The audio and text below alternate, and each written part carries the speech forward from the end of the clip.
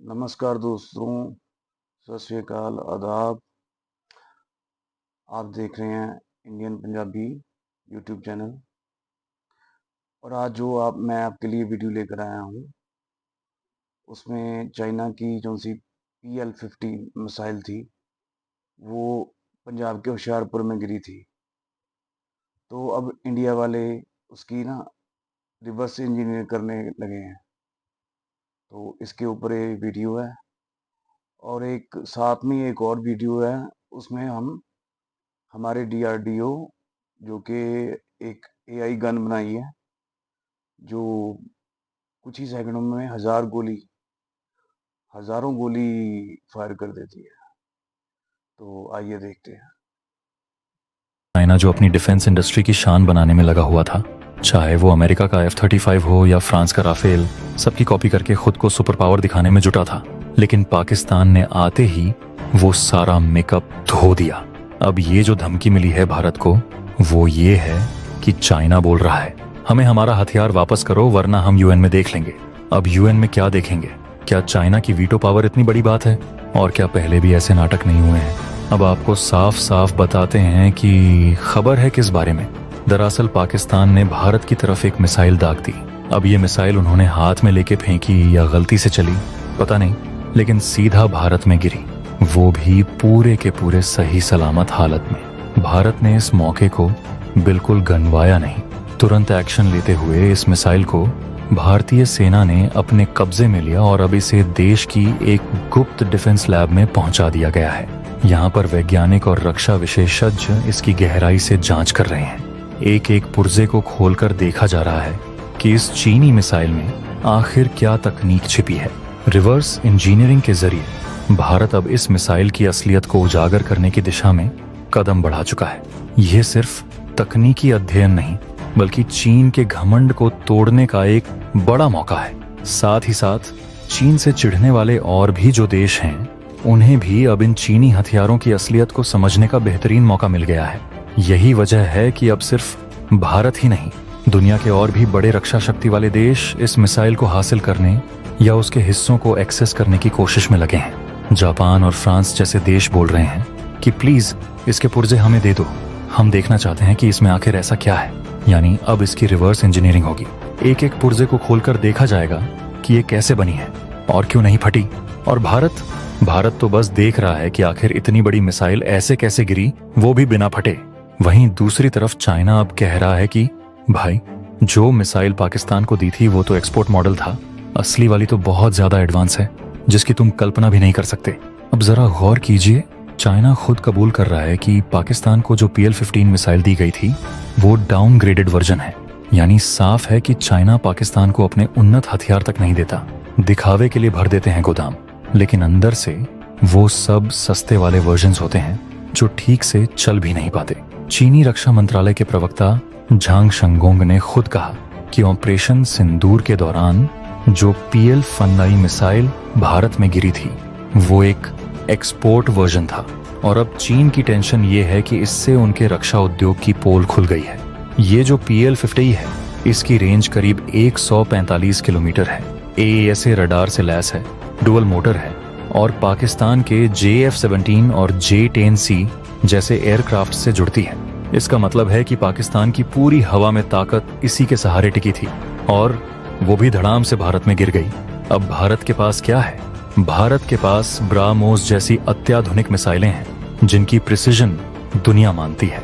भारत को PL-15 जैसी missile की रिवर्स इंजीनियरिंग में कोई दिलचस्पी नहीं है, लेकिन क्योंकि ये मिसाइल हाथ लगी है, तो अब भारत के पास एक मौका है कि इसके कंपोनेंट्स को अमेरिका, जापान, फ्रांस जैसे देशों के साथ शेयर करे, ताकि दुनिया को पता चले कि चाइना की टेक्नोलॉजी हकीकत में कितनी खोखली है। और यही डर चाइना को सबसे ज्यादा सता रहा है। उनको लग रहा है कि भारत अगर इसे रिवर्स इंजीनियर कर लेगा तो उनके सारे दावे, उनका सारा मार्केटिंग, उनकी सारी हथियारों की क्रेडिबिलिटी मिट्टी में मिल जाएगी। दरअसल आपको बता दूं कि चाइना खुद दूसरों की चीजें चुराता है, उनकी नकल करता है और फिर उन्हीं की कॉपी बेचकर अपनी सैन्य ताकत का ढिंढोरा पीटता है। अब एक एक करके देखिए। सबसे पहले अमेरिका का F-35 स्टील्थ फाइटर, जिसे कॉपी करके चाइना ने अपना J-31 बना दिया। देखने में हूबहू वही, लेकिन ना उसकी स्टेल्थ वैसी, ना रेडार क्रॉस सेक्शन वैसी, और ना ही उसकी इंजन टेक्नोलॉजी। फिर रूस का Su-27, जिसे चाइना ने रिवर्स इंजीनियर करके JE-11 बना दिया। रूस ने खुद कहा कि ये चोरी है, लेकिन चाइना ने परवाह नहीं की। यही नहीं, Su-33 को भी कॉपी करके उन्होंने J-15 बना डाला, जो उनका कैरियर बेस्ड एयरक्राफ्ट है। इसी तरह अमेरिका का MQ-1 प्रेडेटर ड्रोन, इसका भी चाइनीज वर्जन बना दिया CH-4 नाम से। और क्या मजेदार बात है कि ये ड्रोन पाकिस्तान को एक्सपोर्ट भी कर दिया गया। अब आते हैं S-300 की बात पर। रूस के इस एयर डिफेंस सिस्टम को आधार बनाकर चाइना ने बनाया अपना HQ-9 सिस्टम, लेकिन असली कैपेबिलिटी के पासंग भी नहीं है। और तो और भारत के T-Aegis जेट की टेक्नोलॉजी की भी नकल करने की कोशिश की गई, खासतौर पर उसकी रेडार और EW सिस्टम फीचर्स की। यूरोपियन MBDA की मिसाइलें, इजरायली सेंसर्स, सब कुछ चाइना के लैब में छुप छुप के स्कैन और डिकोड होते रहे हैं। यहाँ तक कि चाइना ने कलाशनिकोव राइफल्स, अमेरिकी नाइट विजन डिवाइसेस और फ्रेंच जेट इंजन टेक्नोलॉजी तक को कॉपी करने की कोशिश की है, मगर असली चीज की जगह बस एक सस्ता डुप्लीकेट ही बना पाया है। और यही वजह है कि चाइना को डर है कि अगर भारत ने उनके मिसाइल की रिवर्स इंजीनियरिंग कर ली तो उनकी नकली फैक्ट्री की सच्चाई सबके सामने आ जाएगी।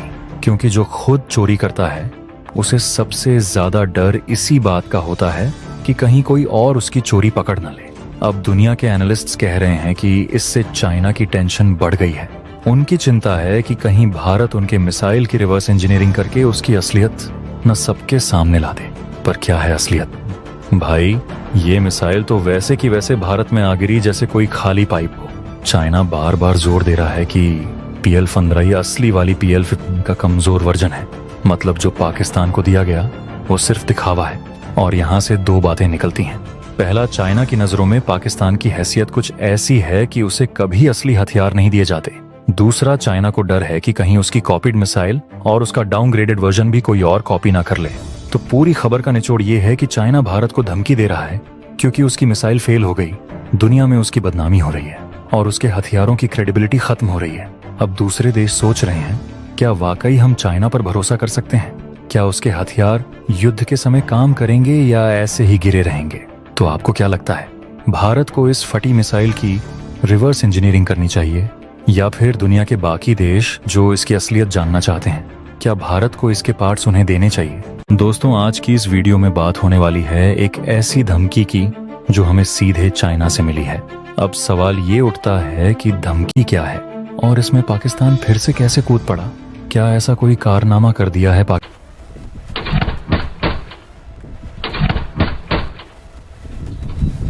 इस वीडियो को देखकर आपके मन में कई सवाल उठेंगे। ये बंदूक खुद कैसे चल रही है? ना कोई इंसान पास है, ना कोई उंगली ट्रिगर पर, फिर भी गोलियां चल रही। सोचिए, हम ऐसी दुनिया की ओर बढ़ रहे हैं जहां युद्ध लड़ने के तौर तरीके मशीनें तय कर रही। खैर, ये जो वीडियो आपने देखा है, ये बंदूक इसे भारत में ही बनाया गया है। भारत ने पहली बार इस AI मशीन गन का सफल परीक्षण किया। इसे नेगेव LMG कहा जाता है, नेगेव लाइट मशीन गन। और आज विस्तार से हम आपको इसी बंदूक के बारे में बताएंगे। इसे किसने बनाया, हमारी सेना के लिए ये कितनी उपयोगी साबित होने वाली, AI गन्स के आने से क्या कुछ बदल जाएगा, और भारत के अलावा और कौन कौन से देश जो लगातार इस तरह की टेक्नोलॉजी पर काम कर रहे हैं।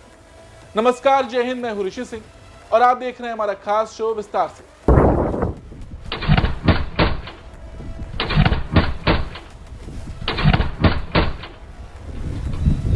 इस वीडियो को देखने के बाद ये तो समझ आ गया है कि अगले 10 से 15 सालों में बंदूक चलाने के लिए सैनिकों की जरूरत नहीं पड़ेगी। इस तरह के हथियार ही काफी होंगे। ये जो बंदूक आप देख रहे हैं, इसे BSS मटेरियल ने बनाया है और अभी पहली बार उसने भारतीय सेना के साथ मिलकर 14,000 फीट की ऊंचाई पर इसका परीक्षण किया है। ये तकनीक भविष्य के युद्ध में खासकर सीमा क्षेत्रों में बहुत महत्वपूर्ण साबित हो सकती है। जहां मानव सैनिकों की तैनाती करना जोखिम भरा होता है, वहां ये हथियार काम आ सकते हैं। इस तरह के परीक्षण मेक इन इंडिया और आत्मनिर्भर भारत पहल को मजबूत करने के लिए किए जा रहे हैं। ये परीक्षण भारत की डिफेंस टेक्नोलॉजी में एक नया अध्याय जोड़ता है। AI इनेबल्ड हथियारों से हमारी सेना को ज्यादा मजबूती मिलेगी, सीमा पर सुरक्षा भी बढ़ेगी।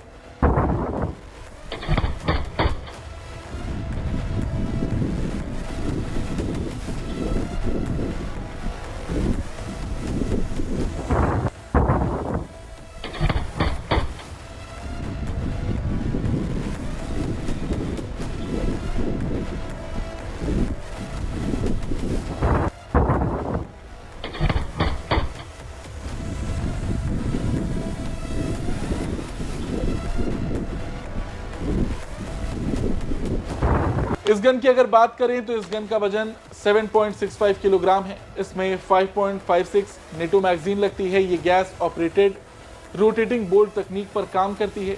ये एक बार में 850 से 1050 राउंड प्रति मिनट की दर से फायर करती है। गोलियां 915 मीटर प्रति सेकंड की गति से दुश्मन की धज्जियां उड़ा सकती हैं। इस मशीन गन की फायरिंग रेंज 300 से 1000 मीटर होती है। अधिकतम 1200 मीटर तक फायर कर सकती है। इसमें 150 से 200 राउंड की बोल्ट या 35 राउंड की मैगजीन लगाई जा सकती है। हालांकि इसमें और भी खूबियां हैं, लेकिन वो अभी तक बाहर नहीं आई हैं। फिलहाल ये बंदूक ट्रायल फेज में है। बहुत जल्द इस तरह की बंदूकें सेना में शामिल हो जाएंगी। रही बात और देशों की, तो इस तरह की टेक्नोलॉजी दुनिया के कुछ चुनिंदा देशों के पास ही है। हम एक एक करके वो भी आपको बताएंगे। देखिए, अमेरिका में कई वेपन सिस्टम में AI का इस्तेमाल हो रहा है, जैसे सेंट्री गन्स जो मोशन डिटेक्शन और फेशियल रिकॉग्निशन से गोली चलाने में सक्षम है। इसके अलावा अमेरिका के पास ghost robotics AI robotic dogs हैं, जिन पर राइफल लगाई गई है जो खुद टारगेट पहचान सकते हैं और उन्हें खत्म करने में भी सक्षम है। अमेरिका के अलावा इजराइल भी दुनिया के सबसे उन्नत किलर रोबोट और टारगेटिंग सिस्टम का निर्माण करता है। उसके पास AI रिमोट कंट्रोल गन्स हैं। स्पाइक फायरफ्लाई है जो एक AI पावर्ड लॉइटरिंग म्यूनिशन है जो भीड़ में भी सही टारगेट को चुन सकता है। इजराइल, अमेरिका इस तरह की बंदूकें लगातार बना रहे हैं। हालांकि इस रेस में चाइना भी पीछे नहीं है। चाइना जो इंडिया के लिए सबसे बड़ा थ्रेट है, वो भी लगातार इस तरह की तकनीक पर काम कर रहा है। चाइना ने सेंट्री गन्स को तिब्बत बॉर्डर जैसे ऊंचाई वाले इलाकों में तैनात किया है। चाइना के पास AI से चलने वाले ऐसे ड्रोन्स हैं जो इंडिपेंडेंट फायर करते हैं। फेशियल रिकॉग्निशन और थर्मल इमेजिंग के साथ AI स्नाइपर सिस्टम है। मतलब कुल मिलाकर चाइना कहीं से भी इस रेस में पीछे नहीं है। चाइना के अलावा अगर हम रशिया की बात करें तो रशिया भी इस तरह की तकनीक पर काम करता है। रशिया ने यूक्रेन युद्ध में कई सेमी ऑटोनोमस सिस्टम का उपयोग किया है। उसने कई जगहों पर AI गन सिस्टम तैनात भी कर रखा है। रशिया के अलावा फ्रांस, टर्की, साउथ कोरिया, ये देश भी ऐसी तकनीक पर काम कर रहे हैं। लगातार AI गन्स बना रहे हैं, AI LMG बना रहे हैं जो आगे चलकर सीमा पर तैनात की जा सके, और इससे जो जवानों पर निर्भरता है वो भी आपकी कम हो जाएगी। अब सवाल, AI आधारित हथियारों पर इतना जोर क्यों दिया जा रहा है?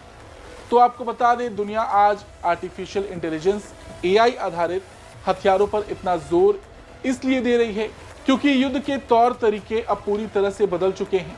पारंपरिक हथियारों की जगह अब ऐसे सिस्टम विकसित किए जा रहे हैं जो खुद सोच सकें, टारगेट पहचान सकें और बिना इंसानी दखल के कार्रवाई कर सकें। AI गन थकती नहीं है, ना डरती है, ना ही उसे सोचने का वक्त लगता है। ये मशीनें 24/7 निगरानी कर सकती हैं, पल भर में दुश्मन की पहचान करके जवाब दे सकती हैं, वो भी बेहद सटीकता के साथ। ड्रोन हमलों, सीमाई घुसपैठ और अज्ञात खतरे जैसे नए दौर के युद्ध में इंसान की प्रतिक्रिया धीमी पड़ सकती है, लेकिन AI गन फुर्ती से जवाब दे सकती हैं। भारत भी AI आधारित हथियारों पर इसलिए जोर दे रहा है क्योंकि हमारी सीमाएं बेहद चुनौतीपूर्ण हैं। चाहे वो 14,000 फीट की ऊंचाई पर लद्दाख वाला इलाका हो या घने जंगलों में मौजूद खतरे, इन परिस्थितियों में सैनिकों की जान की कीमत सबसे ऊपर है और AI हथियार उस खतरे को कम कर सकते हैं। साथ ही मेक इन इंडिया और आत्मनिर्भर भारत जैसे अभियानों के तहत भारत अब सिर्फ रक्षा सामग्री का उपभोक्ता नहीं बल्कि